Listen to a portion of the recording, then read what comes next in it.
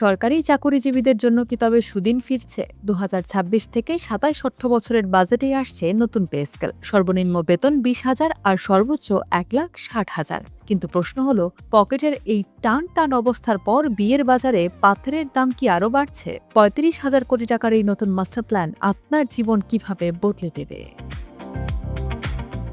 সরকারি কর্মচারীদের জন্য দীর্ঘ প্রতীক্ষিত নবম পে স্কেল এখন আর কেবল গুঞ্জন নয়, বরং বাস্তবায়নের পথে আরও এক ধাপ এগিয়ে। ২০১৫ সালের অষ্টম পে স্কেলের পর গত এক দশকে জীবনযাত্রার ব্যয় বেড়েছে কয়েক গুণ। এই কঠিন সময়ে সরকারি কর্মচারীদের জন্য স্বস্তির খবর নিয়ে আসছে ২০২৬ থেকে ২৭ অর্থ বছরের বাজেট। সরকার নতুন পে স্কেল আংশিক বাস্তবায়নের লক্ষ্যে প্রায় ৩৫,০০০ কোটি টাকা বরাদ্দের পরিকল্পনা করছে। তবে এই বেতন বৃদ্ধি কি কেবল কর্মচারীদের ব্যক্তিগত জীবনে সীমাবদ্ধ থাকবে, নাকি আমাদের চিরাচরিত বিয়ে ও সামাজিক মর্যাদার বাজারে এক নতুন কম্পন তৈরি করবে? অর্থ মন্ত্রণালয় ইতোমধ্যেই আগামী অর্থবছরের জন্য প্রায় ৯,৩০,০০০ কোটি টাকার একটি বিশাল বাজেটের খসড়া প্রস্তুত করেছে। এটি চলতি অর্থবছরের তুলনায় ১৮% বেশি।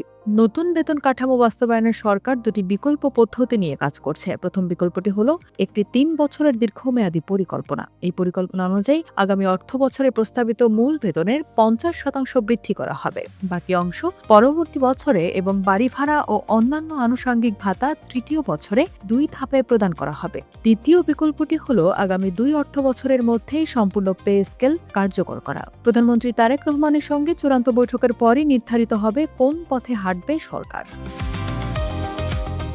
নবম পে স্কেল পূর্ণাঙ্গভাবে বাস্তবায়ন করতে সরকারের অতিরিক্ত প্রায় ১,০৬,০০০ কোটি টাকার প্রয়োজন হবে। এর মধ্যে ৮০,০০০ কোটি টাকা সরাসরি কর্মচারীদের বেতন ভাতার পেছনে ব্যয় হবে। বাকি অংশ ব্যয় হবে অবসরপ্রাপ্ত পেনশনভোগী এবং এমপিওভুক্ত শিক্ষক কর্মচারীদের জন্য। বর্তমানে সরকার ১৪ লাখ নিয়মিত কর্মচারী ও ৯ লাখ পেনশনভোগীর জন্য বছরে প্রায় ১,৩১,০০০ কোটি টাকা ব্যয় করছে। বিশাল এই অর্থের সংস্থান করা সরকারের জন্য একটি বড় চ্যালেঞ্জ, কারণ একই সঙ্গে রাজস্ব আহরণের লক্ষ্যমাত্রা ধরা হয়েছে ৬,৩০,০০০ কোটি টাকা। পে কমিশন যে প্রস্তাবনা দিয়েছে তাতে গ্রেডগুলোতে ব্যাপক পরিবর্তন আসছে। বর্তমানে ২০টি গ্রেডের মধ্যে সর্বনিম্ন মূল বেতন ৮,২৫০ টাকা থেকে বাড়িয়ে ২০,০০০ টাকা করার সুপারিশ করা হয়েছে। অন্যদিকে সর্বোচ্চ বেতন ৭৮,০০০ টাকা থেকে বাড়িয়ে ১,৬০,০০০ টাকা করা হচ্ছে। এই পরিবর্তনের মূল উদ্দেশ্য হল ২০১৫ সালের তুলনায় যেন মানুষের প্রকৃত মজুরি বা ক্রয় ক্ষমতা কমে না যায়। দ্রব্যমূল্যের ঊর্ধ্বগতির সঙ্গে সামঞ্জস্য রেখে সরকারি কর্মচারীদের জীবনমান উন্নত করাই এই স্কেলের প্রধান লক্ষ্য। অনেকের মনে প্রশ্ন আছে যে নবম পে স্কেল এবছর কেন হলো না। আসলে গত অন্তর্বর্তীকালীন সরকার এ লক্ষ্যে ৩০,০০০ কোটি টাকা বরাদ্দ রেখেছিল, কিন্তু মধ্যপ্রাচ্য সংকটের কারণে আন্তর্জাতিক বাজারে জ্বালানির দাম বৃদ্ধি এবং প্রত্যাশিত রাজস্ব আহরণ কম হওয়ায় সরকার কিছুটা সতর্ক অবস্থান নিয়েছে। অতিরিক্ত অর্থ বাজারে ছাড়লে মূল্যস্ফীতি আরও বাড়তে পারে এমন আশঙ্কায় মন্ত্রিপরিষদ সচিবের নেতৃত্বে একটি কমিটি গঠন করা হয়েছে। এই কমিটি অর্থনৈতিক সক্ষমতা বিচার করে আংশিক বাস্তবায়নের প্রস্তাব দিয়েছে। আমাদের সমাজ ব্যবস্থায় সরকারি চাকরি মানেই এক ধরনের বাড়তি সামাজিক নিশ্চয়তা। বিয়ের বাজারে সরকারি চাকরিজীবীদের কদর সবসময় বেশি। এখন যখন বেতন কাঠামো প্রায় দ্বিগুণ হতে যাচ্ছে, তখন স্বাভাবিকভাবেই পাত্র হিসেবে তাদের চাহিদা নতুন মাত্রা পাবে। বিশেষ করে যারা নতুন চাকরিতে যোগ দেবেন, তাদের বেতন ২০,০০০ টাকা থেকে শুরু হওয়া মানেই মধ্যবিত্ত পরিবারে এক বিশাল স্বস্তি।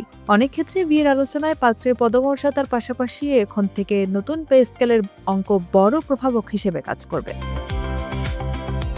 সবশেষে বলা যায়, নতুন পে স্কেল কেবল সরকারি কর্মচারীদের ভাগ্য উন্নয়ন নয়, বরং দেশের সামগ্রিক অর্থনীতিতে অর্থের প্রবাহ বাড়াবে। তবে মূল্যস্ফীতি নিয়ন্ত্রণে রেখে সাধারণ মানুষের ক্রয় ক্ষমতার মধ্যে দ্রব্যমূল্য রাখাটাও সরকারের জন্য বড় চ্যালেঞ্জ হবে। ২০২৬ থেকে ২৭ অর্থ বছরের বাজেটটি তাই সব মহলের কাছে অত্যন্ত গুরুত্বপূর্ণ। নতুন পে স্কেল কি আপনার ব্যক্তিগত বা পারিবারিক জীবনে কোনো পরিবর্তন আনবে? বিশেষ করে বিয়ের বাজারে এর প্রভাবকে আপনি কিভাবে দেখছেন? কমেন্ট করে আমাদের জানান আপনার মতামত।